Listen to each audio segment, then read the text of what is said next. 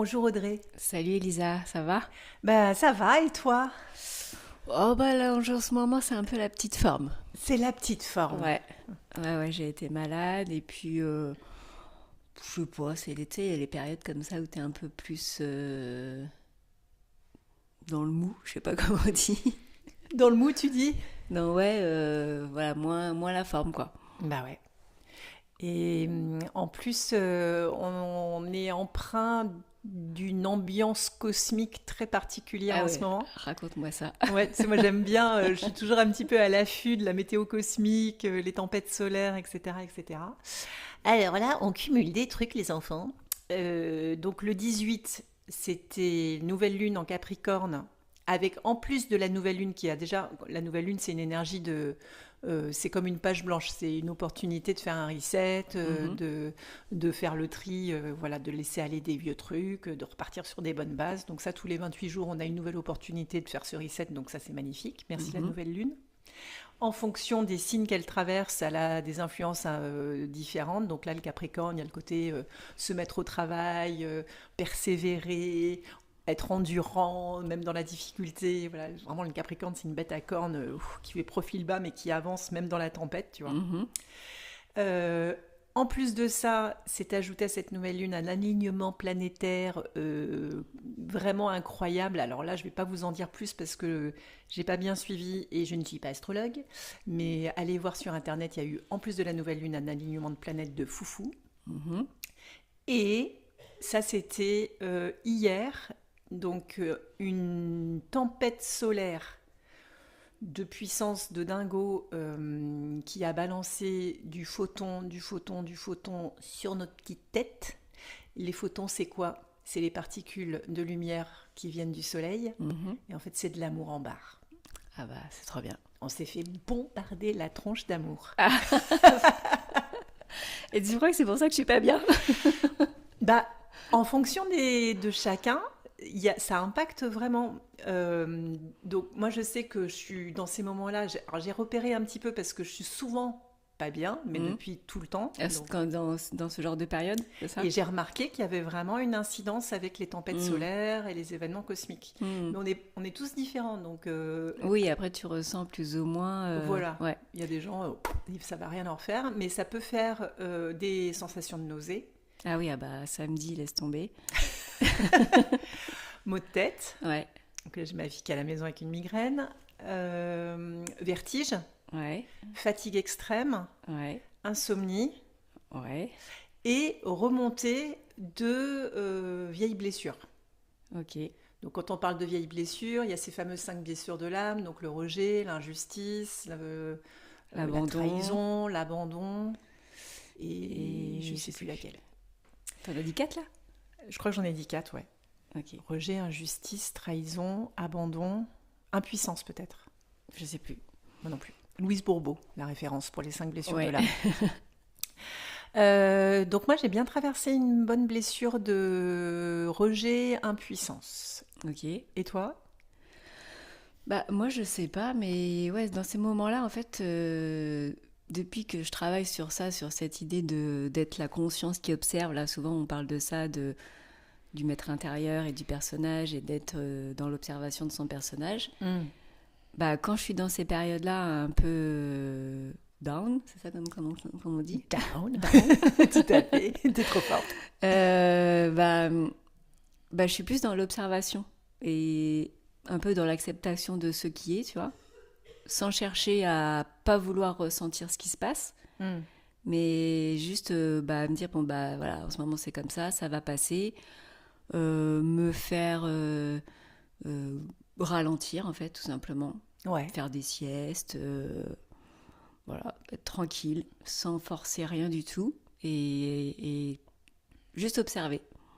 Et pas me dire, ah là là, ça va pas, je suis pas bien, euh, ou tout un tas de pensées que je pourrais avoir, que j'aurais pu avoir avant. Ouais.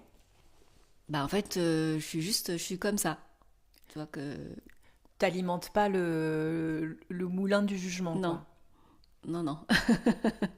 Enfin, en tout cas, j'évite au maximum. Enfin, en fait, non, je sais même pas si j'évite parce que maintenant, j'ai l'impression que c'est un peu naturel. Bah, je suis pas bien. Bah, ok, quoi. Hmm. Et puis Ça oui, va passer. Oui, c'est Parce que ça. de toute façon, je sais que ça dure jamais, quoi. Exactement. Et puis je fais après ce qu'il faut. Comme je te dis, je ralentis, je fais une petite sieste plus. Je me mets, je sais pas, je sais pas, j'ai pas d'exemple particulier, mais ouais, j'essaye de prendre soin de moi un peu plus, quoi. Ouais. Ouais, ça c'est important, de Mm. prendre ce temps-là. Et bah, moi, dans ces moments-là, j'ai un petit Sherlock Holmes intérieur Ah, qui va faire des recherches. qui m'aide bien. Moi, c'est mon côté un peu, voilà, j'ai toujours Qu'est-ce qui se passe? qu'est-ce qui se passe, hyper curieuse à regarder et tout. Et en fait, moi, c'est ça qui me permet de prendre du recul Mm. et de faire ce pas de côté et d'aller voir vraiment avec curiosité à la loupe. Ah, ah, mais qu'est-ce que c'est que cet état intérieur trop étonnant, Ah trop ouais, bizarre. ouais. Et avec les colonnes de bec là dont je vous ai déjà Mm. parlé, tu vois, donc j'observe, tiens, c'est comment dans le corps. Ah ok, j'ai la cage thoracique. Alors ça peut aller loin, hein. Moi, j'avais le cœur transpercé, la cage thoracique qui m'écrasait. Enfin, j'y vais dans les détails et dans Ah oui, les. ok. Parce que t'écris en plus, non? Alors pas forcément, forcément. Hier non? c'était plutôt en méditation, Ouais, d'observation, mais ok. après j'ai écrit ce matin, ouais, ce que je ressentais hier. Mm. Après j'ai essayé d'observer les paroles, les pensées automatiques. Mhm. Très intéressant. Mhm. Tu dis, ah ouais, ah quand même, ah bah d'accord, ok, très bien. Et c'est rajouté à ce tableau d'observation quasi scientifique, hein, expérientiel, une approche qui vient de la voie christique, qui dit que la voie christique, c'est vraiment une voie qui va vers le bas, Mhm. et de demander le courage de ressentir à 100% ce qui se passe. Mhm. Parce qu'on a une pulsion de soulagement très forte. Et c'est notre ego qui, ne supportant pas la douleur et qui a été construit pour nous sauver la vie, et voilà, va mettre en place des stratégies de soulagement dès qu'il y a un inconfort. Ah oui, et genre peut-être même qui t'amène à ignorer en fait. Et bien c'est ça. Mm. Et donc ces stratégies de soulagement, quand on commence à faire ce travail d'observation, c'est ce qui va c'est ce qui va nous empêcher de voir vraiment ce qui se passe. Mm, Et du coup, de le laisser passer, et du coup, voilà, de mm, s'en libérer à terme. mm, mm. Donc c'est pour ça que l'observateur, il est fondamental dans ces moments-là, Ouais. parce que ça permet de déjouer ces stratégies de soulagement qui sont aussi, en fonction des uns et des autres, plus ou moins fortes, Mhm. plus ou moins verrouillées. Et Oui, donc d'observer après ces stratégies que tu peux avoir parce que finalement ça peut être inconscient quoi. ça, oui, c'est souvent inconscient. C'est inconscient. Ouais. Tu vas pas bien et inconsciemment tu fais comme si ça allait bien. Donc il peut y avoir Tu des ignores que ça va pas bien. Voilà, tu ignores que ça va pas bien, tu vas avoir des pulsions, ça peut être de manger du sucre, ça peut être d'avoir de se jeter sur d'autres addictions, alcool ou autres, en fonction de chacun. Mais c'est vraiment rigolo quoi, d'observer ça. Mm. Ouais, c'est intéressant, ouais. De voir les mécanismes de défense un peu quoi. Bah c'est ça, Mm. parce qu'on en a tous. Ah bah oui, clairement. Clairement, clairement. Moi, j'aurais tendance à manger du sucre. Donc c'est intéressant d'observer ça, ouais. Mm.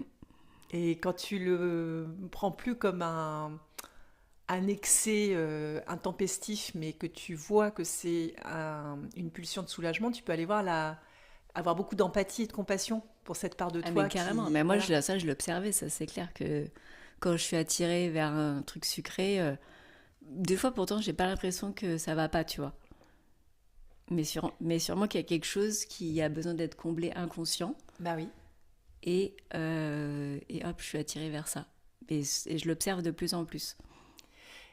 Et ce qui permet, comme tu dis, et je pense que c'est vraiment c'est à chacun après de trouver ce qui fait doux pour lui, mais de prendre ce temps de ralentir, de prendre soin de soi, ben voilà, c'est de bercer en quelque sorte cette part de nous qu'on n'a pas forcément on n'a pas forcément besoin d'aller la décortiquer dans tous les sens, ni de Ouais, voilà, comprendre. c'est ça que je voulais dire aussi quand tu as dit ça, quand toi tu faisais le petit Sherlock Holmes. Après, donc ce que tu fais c'est hyper intéressant, mais c'est vrai qu'on ne peut pas avoir toutes les réponses. Non, Parce qu'il y a des choses qui nous traversent qu'on ne peut même pas comprendre, analyser, ou comme tu dis, les tempêtes cosmiques, machin et tout. c'est J'en ça. sais rien, L'origine, en fait, d'où ça vient, ou si c'est quelque chose d'extérieur, de quelqu'un d'autre, qui t'appartient pas, tu peux pas savoir. Donc c'est plutôt être dans l'acceptation que tu es dans cet état-là. Mhm. Le ressentir complètement. Le ressentir, observer, comme tu dis, à la manière de Sherlock Holmes, ce que tu ressens, mais pas essayer de savoir pourquoi, en fait. C'est ça. L'origine tu nous peux pas. importe peu. Voilà, c'est juste d'accepter et de se laisser traverser par ça, d'attendre que ça passe, Oui. sans être inactif non plus. Non, c'est ça. Mais pas se laisser tomber.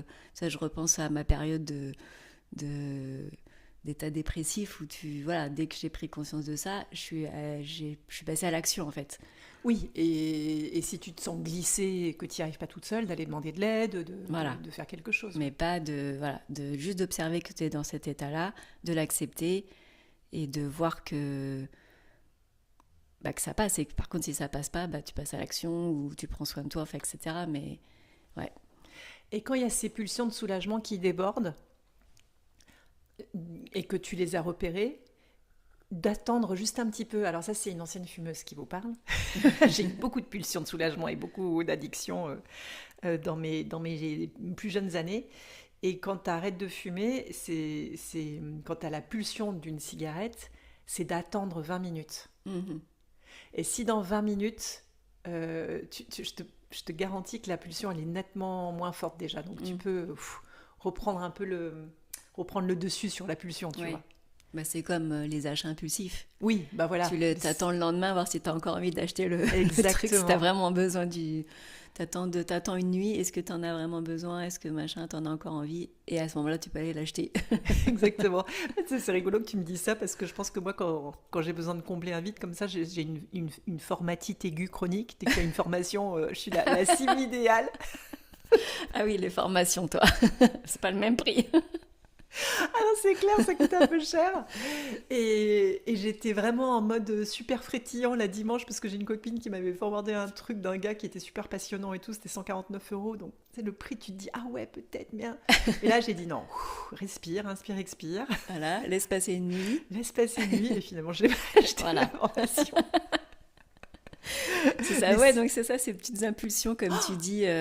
C'est pulsionnel. Tu sais, comme d'avoir envie de mettre une tétine dans sa bouche, quoi. Ça rassure un truc. C'est rigolo. Donc, d'observer ça aussi, ces pulsions qu'on peut avoir et d'attendre. Ouais, c'est intéressant. Ouais, mais ça peut être aussi pour une fringue. Mais pour tout, en fait. Pour tout. Pour tout. Mais c'est pas des élans... C'est pas des élans authentiques de l'âme, quoi. C'est vraiment des pulsions. Et d'ailleurs, quand il y a ces moments, de difficulté, donc on s'autorise à ressentir, il y a l'observateur, le petit Sherlock Holmes. Et puis moi, j'aime bien aussi me relier à plus grand dans ces moments-là. Pourquoi tu rigoles? Elle se fout de ma gueule. Je regarde, je suis en train de réfléchir aux pulsions, et là je me dis, moi ça fait 6 mois, tu vois, que je vais m'inscrire à la salle de sport, mais je me retiens. Ah oui, là c'est peut-être plus une pulsion, là, au bout de 6 mois. Et j'y pense, alors je dis, en fait, il y avait la pulsion au départ, mais vu que j'y pense tout le temps, il faudrait que j'y aille, en fait. Là, 6 mois, oui, on n'est plus sur... Non, parce que la pulsion d'achat, au bout de 24 heures, elle était passée. Mais tu vois, donc là, il faut que j'y aille, en fait. C'était la blague. Et donc, du coup, vas-y, là, c'était intéressant ce que tu allais dire. Tu te relies au divin. Oui, voilà, de se relier à plus grand. De se relier à plus grand que soi, ouais. C'est pour ça que de ne pas chercher forcément à comprendre de quoi ça vient, pourquoi, etc. Mais juste de se relier au divin, à plus grand que soi, son état d'être, et d'être dans la confiance, dans la foi. Voilà, je te confie ça, et je sais que... Et que ce que tu traverses, c'est une expérience. Et puis ça fait partie d'une forme d'initiation. Oui, d'élévation, que la vie, elle est jamais contre nous. Et elle est toujours au service d'une progression. C'est ça. Et quand ça fait mal, c'est comme quand on va passer une éval à l'école, c'est pas très agréable, mais voilà, c'est juste pour marquer un palier. Voilà, puis c'est une expérience. Et c'est une expérience, exactement. Donc voilà. Merci. Ce petit partage cosmico-émotionnel, divino-spirituel. Yes. Et bah écoute, merci beaucoup et à la semaine prochaine. À la semaine prochaine. Belle journée, à Belle bientôt, journée. ciao. Au revoir.